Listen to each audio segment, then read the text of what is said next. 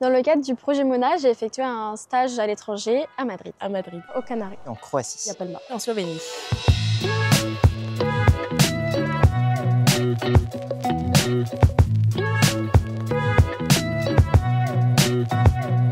Mona, c'est mon apprentissage en Europe, un projet de mobilité longue coordonné par l'association EuroApp Mobilité à Paris. Grâce à ce dispositif, en 2024, nous avons accompagné 7 jeunes dans des destinations comme la Croatie, l'Espagne et la Slovénie. J'étais donc à l'hôtel Gloria Palace dans le sud des Canaries et j'occupais le poste de réceptionniste. J'ai fait mon stage à l'ambassade de France en Slovénie. J'ai travaillé dans un hôtel et je faisais principalement de l'accueil et de la relation client.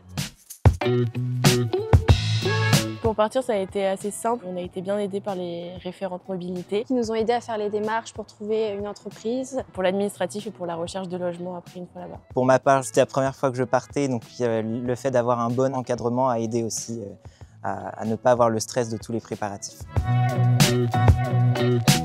Alors c'est une vraie aventure professionnelle et humaine puisque les jeunes travaillent dans un nouvel environnement. Ils gagnent en autonomie et surtout ils reviennent avec un nouveau regard sur eux-mêmes, sur leur avenir et parfois même sur leur métier. Déjà, ça m'a permis de savoir ce que je voulais faire plus tard et du coup concrétiser mon projet de partir à l'étranger. Ça m'a permis d'avoir une plus grande ouverture sur le monde, de me rendre compte que j'ai tout à fait la capacité de partir travailler ou voyager à l'étranger. J'ai beaucoup pris en prise de parole depuis que je suis partie et ça m'a beaucoup aidé dans mon BTS et mon cursus actuel.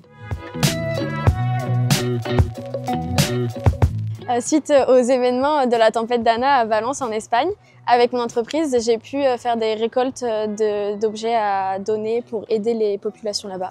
Et ça m'a beaucoup marqué. En Espagne, ils appellent leurs collègues entre eux, ils s'appellent cariño, qui est mon chéri donc en espagnol, et devant les clients, c'était assez drôle. Je pense que ma meilleure expérience, c'était ma rencontre avec ma collègue à l'auberge. On est resté encore en contact et elle a prévu de revenir en France pour qu'on se revoie. Actuellement, nous sommes en train d'accompagner les jeunes, les nouveaux départs et aussi aux nouvelles destinations avec l'objectif d'étendre la mobilité à d'autres formations du CIPECMA.